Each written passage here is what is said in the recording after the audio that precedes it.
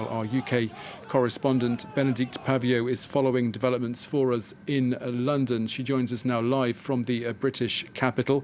Now, Benedicte, first of all, the British Health Secretary, where you are, has just been briefing the press. What has Matt Hancock been telling the UK? Yes, so one can tell how quickly this is evolving, because this is yet another press conference by the Health Secretary, Matt Hancock.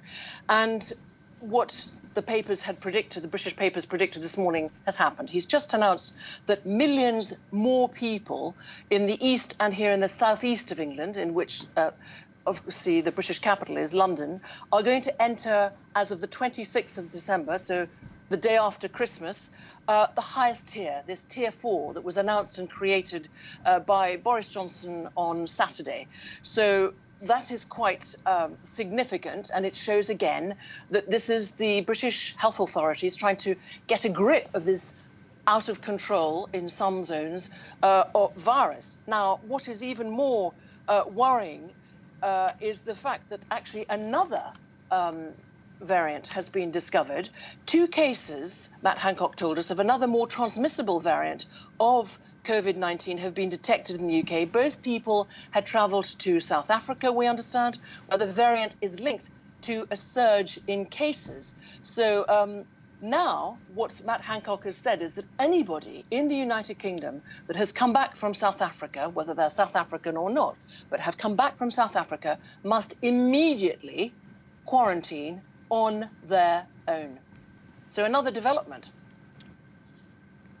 Now, meanwhile, Benedicte, the tailbacks, of course, continue on this stretch of motorway which leads from London to the English Channel, with lorry drivers clearly very unhappy with the speed at which this partial blockade has been lifted by France.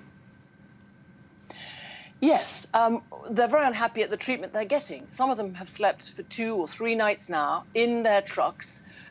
They're running out of food. They don't have access to toilets. There are real welfare issues. Some charities, British charities, have gone down to give them some food. Some local people have gone to give them some food. And a lot of them don't have any money. And they're just trying to do their jobs, get back across the Channel Tunnel, either transit through France or go to France. And there's also the worry, of course, about the goods that they need to go and collect and bring back, and the supplies that will not be here in shops, in supermarkets, and supplies, for example, of Scottish seafood, langoustines that are expected in France, in Spain, or salmon. So there is a real frustration, and they're not happy because they're simply not getting the tests quickly enough. And it's not just French drivers, it's Turkish, it's Hungarian, it's Polish, it's Italian, it's German. And they are getting, yes, the climate's getting quite heated. We've seen scuffles with the British police, who are trying to explain to them, but of course there's also a communication problem of language, that there will be tests and they need to move them slightly.